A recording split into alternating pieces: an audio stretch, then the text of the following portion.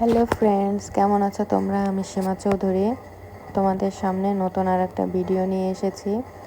গিয়েছিলাম আমরা husband wife দুজন পদ্মা সেতুতে, কিন্তু দুঃখের বিষয় 5টা মিনিট দাঁড়িয়ে একটা ছবি বা ভিডিও নিতে পারিনি। সামনে পুলিশের গাড়ি হুইসাল দিচ্ছিল, যার কারণে আমরা দাঁড়াইতে সাহস পাইনি।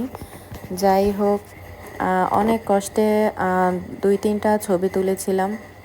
দেখলাম যে একটা গাড়ি দাঁড়িয়েছে, হয়তোবা কোনো সমস্যা হয়েছিল। তারপর আমরা সেই গাড়ির আবঠালে পেছন দিকে দাঁড়িয়ে সেখান থেকে ছবি তুলেছিলাম। তো কীভাবে যেন পুলিশের গাড়ি দেখে গিয়েছিল, তারপর দেখি সে হুইসাল দিয়ে আমাদের দিকে আসছিল। তারপর আমরা আর ওইখানে লেট করিনি, চলে এসেছিলাম, যদি কোনো ধরনের সিনকেট করে এই জন্য। যাই হোক, পদ্মা সেতু অনেক ভালো, অনেক সুন্দর।